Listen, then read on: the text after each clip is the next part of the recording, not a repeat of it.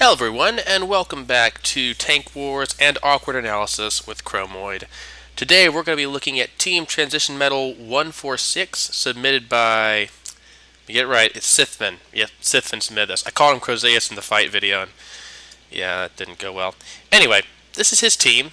As you can see, it's very much got a very nice color scheme to it. And something you should know about Sithfin, at least what I've deduced from my the entries he sent me over the course of the last few months, he loves the table of elements when he's naming his tanks or his entries. So everything he sent me has been something off of the, I think it's been either off the transition metals or off of maybe some of the later isotopes. I don't know. Anyway, it's pretty cool. He sends me all kinds like radium, hafnium, all that cool stuff. So this is Team Transition Metal 146. When I don't know what that is, so we're actually, I'll pull this up real quick while we're looking at the seagulls fly around my guy.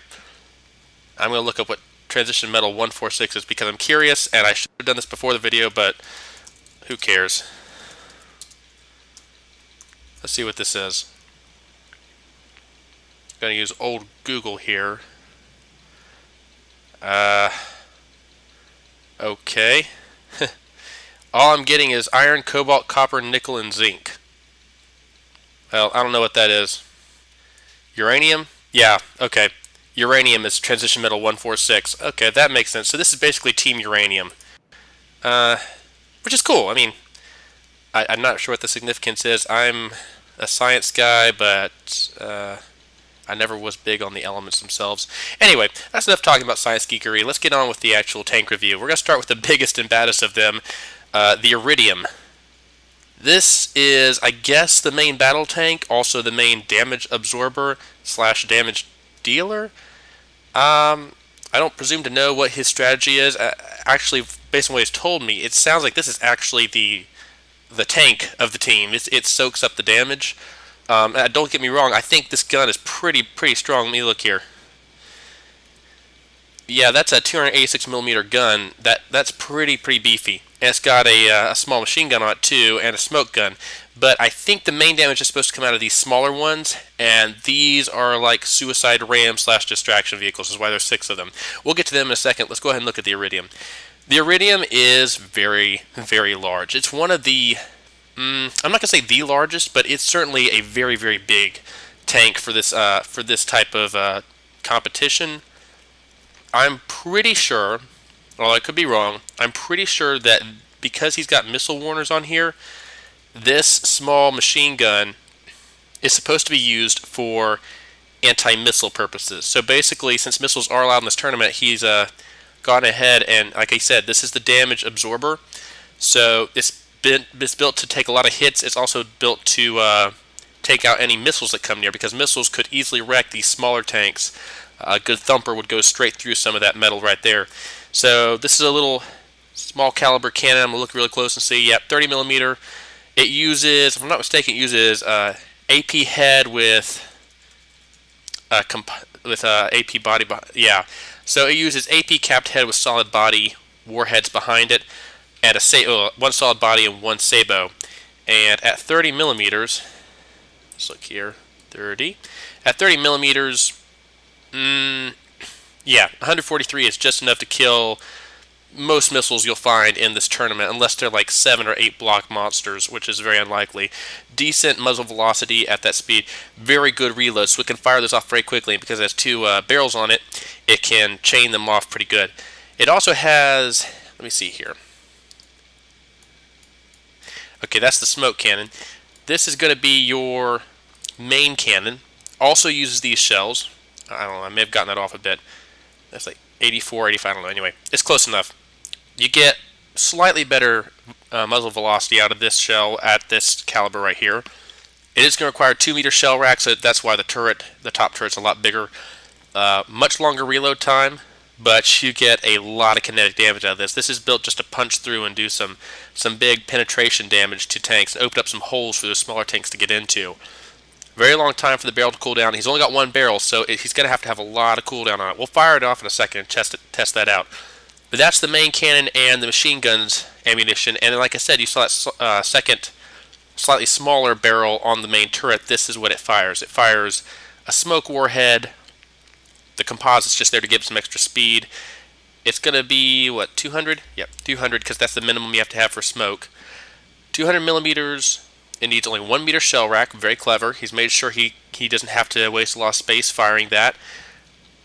As you can see, muzzle velocity is not very good, but if he's firing smoke, he really doesn't need to have a high velocity. It's basically there to distract laser-guided rockets. Since those are also allowed, smoke really messes with the laser guidance, and the rockets tend to miss if that happens. So, yeah, I think that's pretty much all. Let's look at the inertial fuse real quick. 10 degrees angle tolerance. So basically, it bounces off anything it's going to detonate, which just leaves a big cloud. I think it's going to fire at an enemy or at the ground and basically just leave a big cloud of smoke there. And we'll see that in action too in just a second. It, like I said, it has a very low range, relatively. Decent reload time, not very good. It actually has some pretty good kinetic damage too. 1,000's not too bad. Of course, 200 millimeter shell with a composite head, so but it's not there for damage. It's just there to, distract lasers. That's enough talking about the shells. Let's look at the rest of this tank. You can see back here, he's lined the whole side with, the back half with heavy armor. And this is, of course, where the engine's going to be. I think he's got his fuel back here, yes. He's got a laser warner, and I'm not sure why a laser warner is back here. I guess, yeah, okay, he's got smoke on it. So this tank actually smokes itself. The cannon will fire long-range smoke to deploy it at kind of a circle around its team, hopefully. But this tank will also release smoke around itself to keep lasers from firing. So he's made this very, very anti-missile. Very smart. If you have a good missile setup, it could do a lot of damage to these tanks. There's a repair bot there. I have looked at this beforehand. I didn't see a ton of repair bots. So I'm thinking he favored armor. See, there's some right there, but there's still not a lot. So he favored armor over regeneration.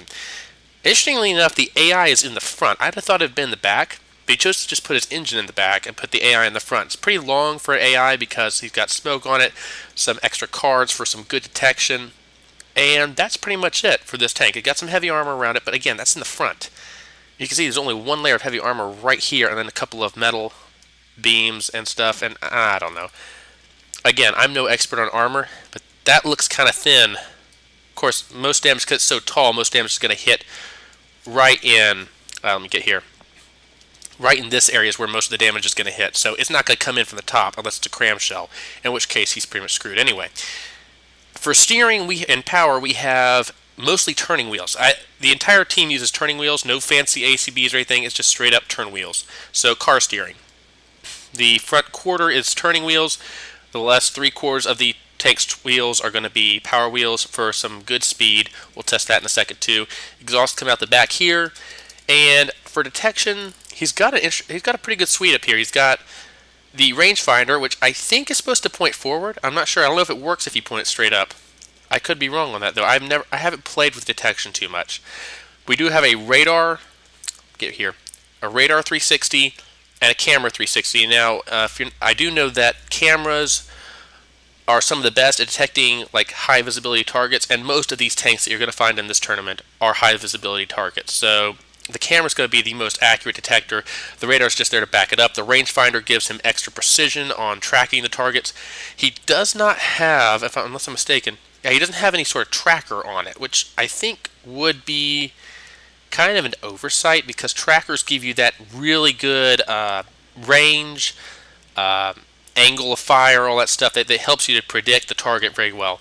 But he'll definitely spot most things in the area, and of course he's got missile warners on all sides of the tank, except the rear. That's interesting. He's got no missile warners on the rear. He's got about 270 degrees worth of coverage, but the back quarter is going to have a little wedge where it's blind to any missiles. That makes sense though because his machine gun's not going to reach to the back. It's not going to see anything there. So you got to hope that the smoke will prevent missiles from finding him in the back. And that's it for the Iridium. Let's go ahead and move on to the next. Oh, nope, that's not it for the Iridium. Derp-a-derp, we got to test it. We're going to start out by seeing the speed on this thing. It's not the fastest. I'm going to go ahead and tell you that. You probably guessed that already. The engine power is 800. As you can see, the engine's not really using a lot of power to get this thing moving, but it's just so big that for the number of wheels he has on it, it's not very, very fast at all. And, of course, the turning radius, about 30. Gotta turn it here. Yeah, it's not. I don't have any fancy Lua code to help me figure out what the turning radius is. But you can see that's a big problem with turning wheels right there. You get up to a decent speed, and most, especially top-heavy vehicles like this, are going to tip like that. And that really does a number of bad things to the vehicle. First off, it upsets the gun. So whatever it's aiming at, when it tilts like that unexpectedly, the gun gets thrown off. It can either fire and miss, or it could try to hold fire and readjust, and it's all off when the tank sets back down. And it's just a really awkward thing to deal with. The other thing is you see it's not got a lot of it's not got a really good radius on it, and it tends to slide. I'll show you again real quick. I've talked about this before, but this is what happens when you use turning wheels, and you get up to a decent speed. We'll get up to around 25 here, and I'll show you. So we're about getting to 30. I'm going to turn it this way, and then I want to turn this way, and you see how it just kind of slides. It's that sliding motion because the power wheels are going straight forward, but the turning wheels are basically just applying friction force and making the tank slowly slide to the left and the right. Whereas if your power wheels are the ones turning you by reversing or going forward, you tend to get a much more immediate response. You don't get that slidey motion. Again, this is a tank of the team. This thing is built to take damage, so I'm not too concerned about all this. At least I wouldn't be if I was him. I think that's kind of the least of his worries right now. He wants this thing to take all the damage. It's slow, it's lumbering, it's big, and that's what it needs to be. As for these, we're going to go check them out real quick. These are much faster, much more agile.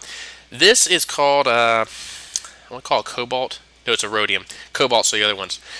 These, I think, are the main DPS of the team. They're small, call them medium tanks, I guess. Between medium and a light tank, basically.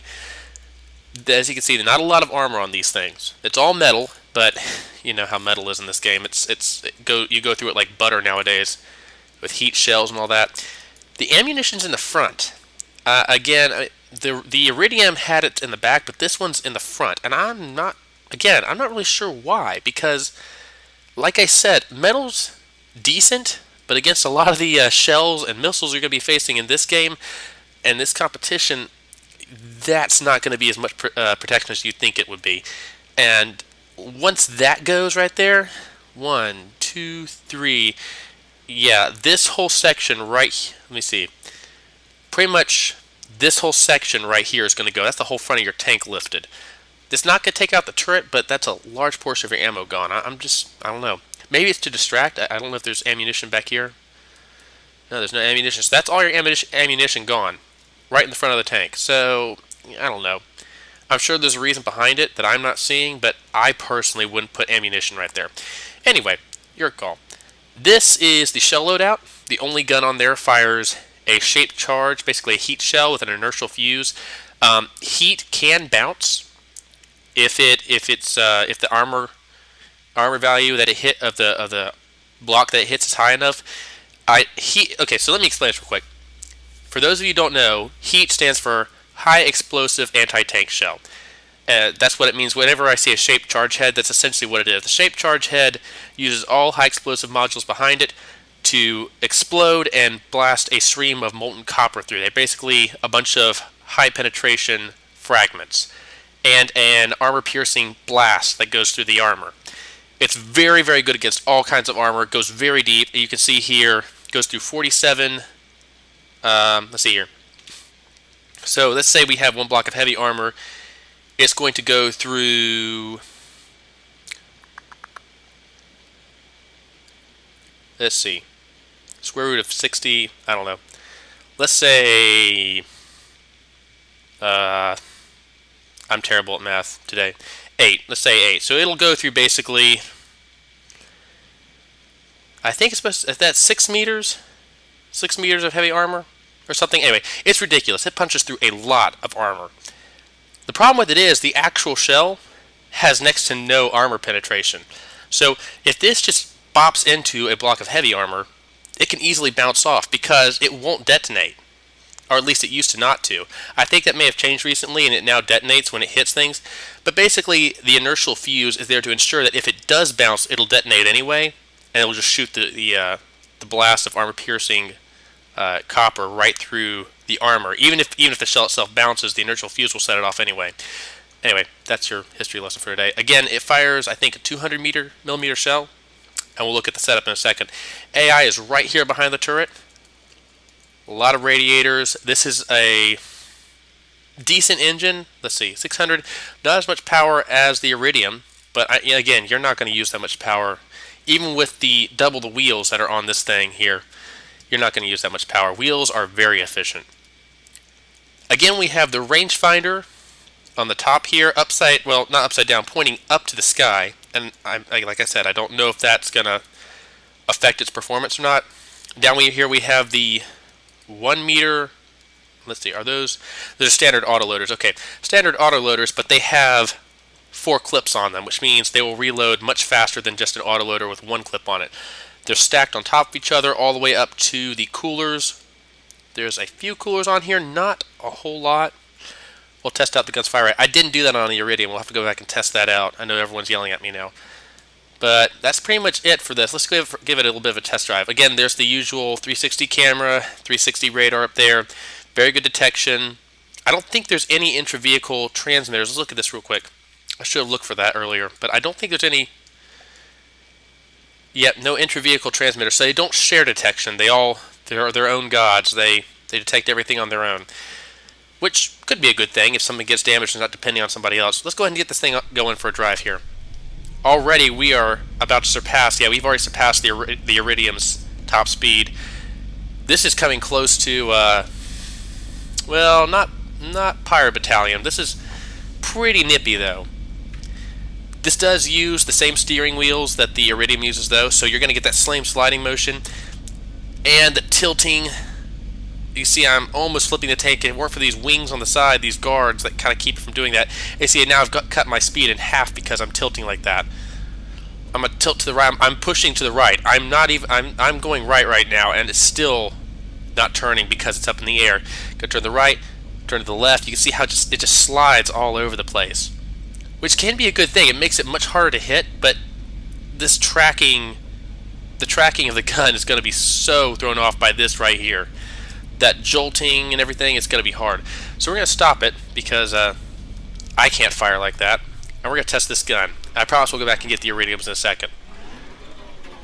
And tell you what, let's do. See if I can get around to where I can see it. We're going to take out one of its mates after I remove the steering column here. Un momento, por favor. I knew it was going to get in the way. Excuse me. Here we go. Get rid of that. Now, we're going to hit one of these little. They're not enemies, so I'm not going to get the auto aim, but we're going to try to hit one of these little cobalts here. I'm just hold down the fire button and see what the fire rate on this is. That was pretty good. You see, the fire rate on these things isn't that great. They've got great autoloader setups, I think, but the cooldown period is getting them. It's hard to cool down a 200mm barrel without extra barrels added to it. Try to get a bit of a shot on this cobalt here. Okay, you know what? We're going to go up here and test it out. I want to see what it does to a cobalt.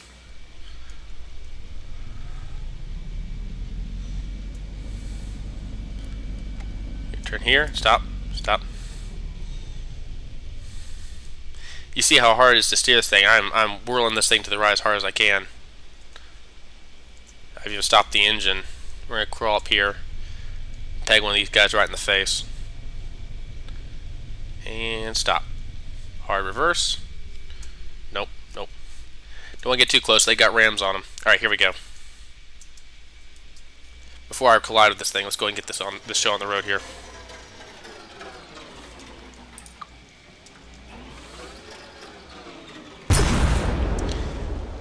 So that's a heat shell. It takes the ram off. Well, it doesn't take the ram off. It just hits the armor and bounces straight off. Fire through that again. And that's not a small shell that's going through it. It's just not doing a lot of damage. I'm firing through wood. Let's see if it did anything here. Nope, nothing. Not a single scratch to it. So I'm not convinced that this gun is the strongest thing in the world. It could just be the version Although everyone should be using the same version when they built their tanks. I made that very clear.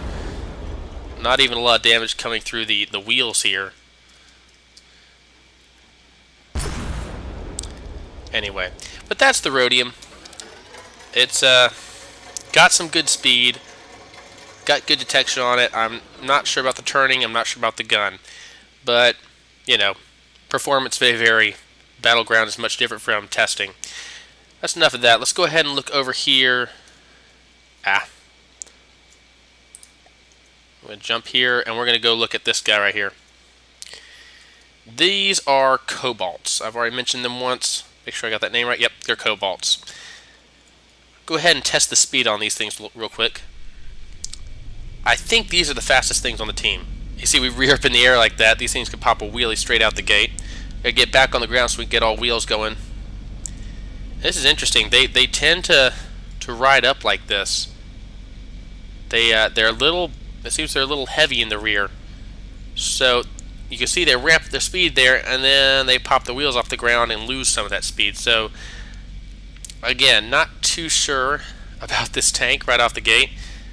It's got a lot of power wheels on it, but it can't seem to get a good chunk of them on the ground. I don't know if you can see that, but they're like all but the last quarter of them are off the ground most of the time, and those are all power wheels. See them all spinning right there, and I cannot steer this thing.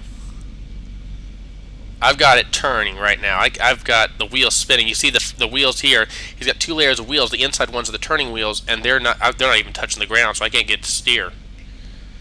So right away we see issues with this tank. I'm not sure if that's how it performs in the actual battle. I might be doing something wrong here because I am driving on top of it. I might be upsetting it.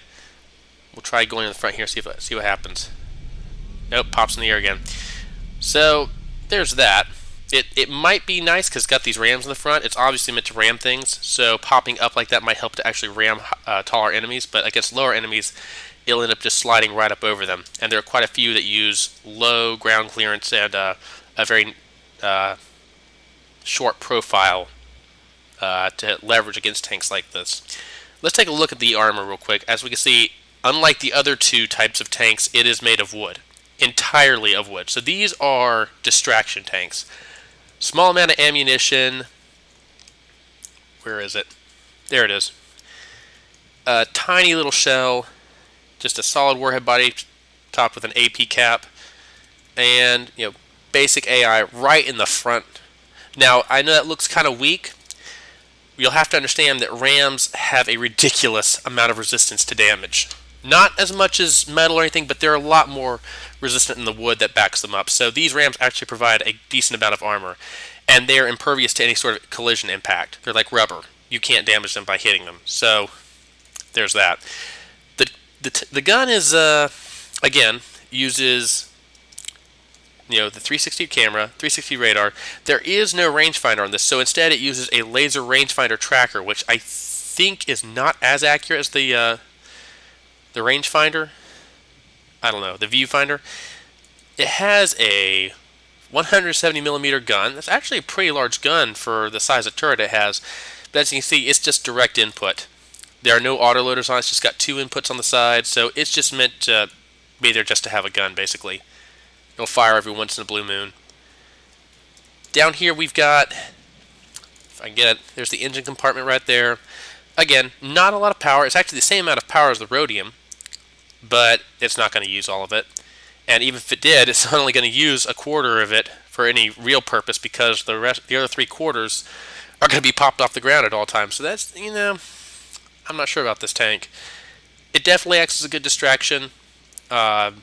Soaks up some damage, makes for a bit of a pain if it hits somebody, but it's really wasting a lot of its potential, I feel. It can't get up to speed, and that speed is what's going to really help it to carry out those rams very effectively and keep itself out of danger, because I will tell you right now, that armor is not going to hold up against anything you'll find in this tournament. But, that's the Cobalt. So, that's Team Transition Medal 146, and no, I have not forgotten. We're going to go test this bad boy out real quick. Oh. Get my aim right.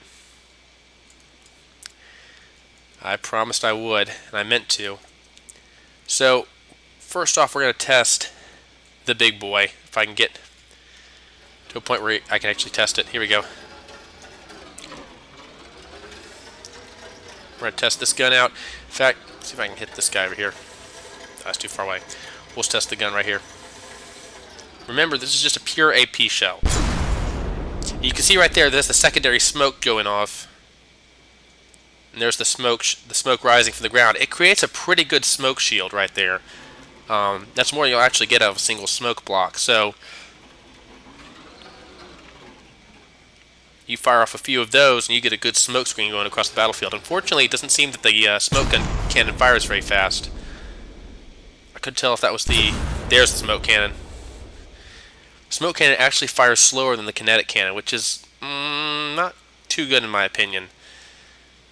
It certainly produces a lot of smoke, and that's great coverage, but I'm just not sure how effective that's going to be, especially when missiles come in as fast as some of the ones that I've seen.